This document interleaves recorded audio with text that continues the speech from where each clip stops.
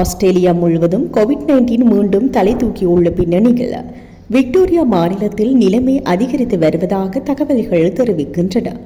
இத்தகைய சூழ்நிலையில் கிறிஸ்துமஸ் பண்டிகை காலம் தொடங்கும் முன் கோவிட்-19 தடுப்பூசி பெறாத மக்களுக்கு தடுப்பூசிகளை பரிந்துரைக்கவும் எல்லா நேரங்களிலும் சுகாதார பாதுகாப்பு உத்திகளை பின்பற்றவும் சுகாதார நிபுணர்கள் மக்களை கேட்டுக்கொண்டுள்ளனர். இதற்கிடையில் கடந்த மாதத்தில் விக்டோரியா மாநிலத்தில் கோவிட்-19 நோயாளிகளின் எண்ணிக்கை 44% அதிகரித்துள்ளது என்று கோவிட்-19 நேரடி தரவு அறிக்கைகள் காட்டுகின்றன.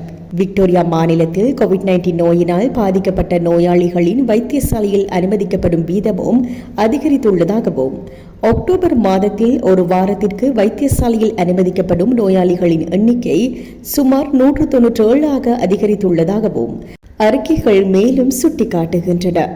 விக்டோரியா மாநில தலைமை சுகாதார அதிகாரி டாக்டர் கிளாரி லூக்கர் பண்டிகை காலத்திற்கு முன்னதாக கோவிட்-19 தொற்று நோயில் இருந்து பாதுகாக்க கூடுதல் நடவடிக்கைகளை எடுக்க வேண்டிய நேரம் இதுவென்று கூறியுள்ளார்.